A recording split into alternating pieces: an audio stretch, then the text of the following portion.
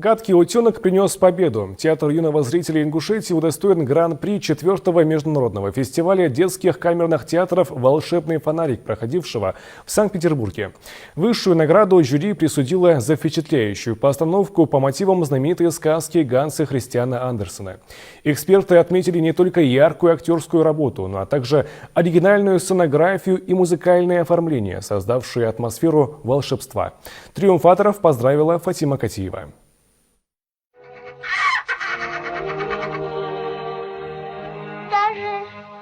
Они смеются надо мной. Сказка «Гадкий утенок» Ганса Христиана Андерсена любима многими поколениями. И, казалось бы, удивить аудиторию нечем. Но актерам театра юного зрителя это удалось. Они покорили сердца и зрителей, и жюри престижного фестиваля. Ребята, я вас поздравляю. Молодой, красивый и озорной коллектив не перестает радовать не только своего юного зрителя. И старшее поколение высоко оценивает работу актеров. На международном фестивале детских камерных театров «Волшебный фонарик» в Санкт-Петербурге были представлены коллективы разных регионов России. ТЮЗ Ингушетии признан лучшим и удостоен гран-при. Наших актеров не отпускали со сцены долгими аплодисментами. ТЮЗ надеялся на какую-то награду, но мы не думали, что это будет такая высокая награда, потому что гран-при – это все-таки высокая награда из всех, которая там была. Поэтому нашему счастью не было предела, когда нас объявили и когда награда досталась именно вот ТЮЗу Республики Ингушетия. Работа, конечно, в новом месте была немножко волнительна, потому что нужна была какая-то некая адаптация. Тут мы работаем постоянно, а в новом месте это и еще размеры не соответствовали, конечно же, нашей сцене и сцене, которая была в Санкт-Петербурге. А так, естественно, мы все профессионалы, работаем очень давно и хорошо сыграли, очень. Мы знали, что работу нашу отметят, но что она станет лучшей среди всех представленных, не думали, признаются актеры. Несмотря на сложности, в техническом плане удалось сделать все на отлично, без единого замечания строгого жюри и критиков. Для нас это был, скажем, сильный выход. Там были очень сильные критики, театральные критики, которые считаются мэтрами в своем деле. И когда я получил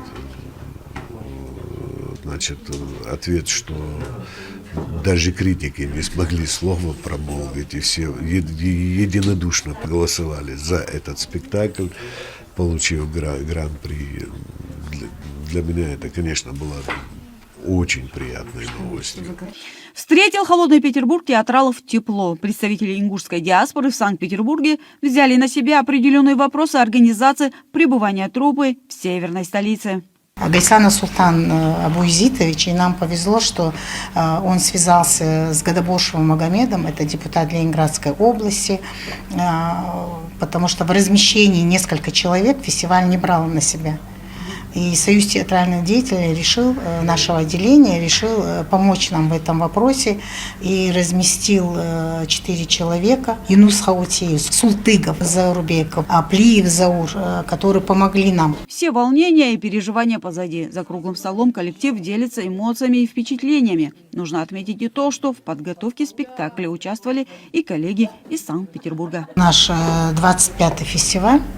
Юбилейный, и для нас он оказался таким, для нас подарочным юбилеем, потому что мы выиграли гран-при этого фестиваля. Там было 10 театров, и театры были, когда у нас была пресс-конференция, театральный критик Константин Анна Владимировна сказала, что у них на фестивале флагманами являются 4 театра. И когда у нас была видеоконференция, я сказала, ну тогда и мы станем флагманами этого фестиваля. Актеры с удовольствием принимают участие в мероприятиях, которые имеют огромное значение для развития культурной жизни региона. Как отмечают в руководстве ТЮЗа, для организации гастролей и творческих премьеров на сценах театров других регионов необходима финансовая поддержка со стороны. Фатима Катиева, Тамила Жигова, Амирхан Ахриев, Вести Ингушетия.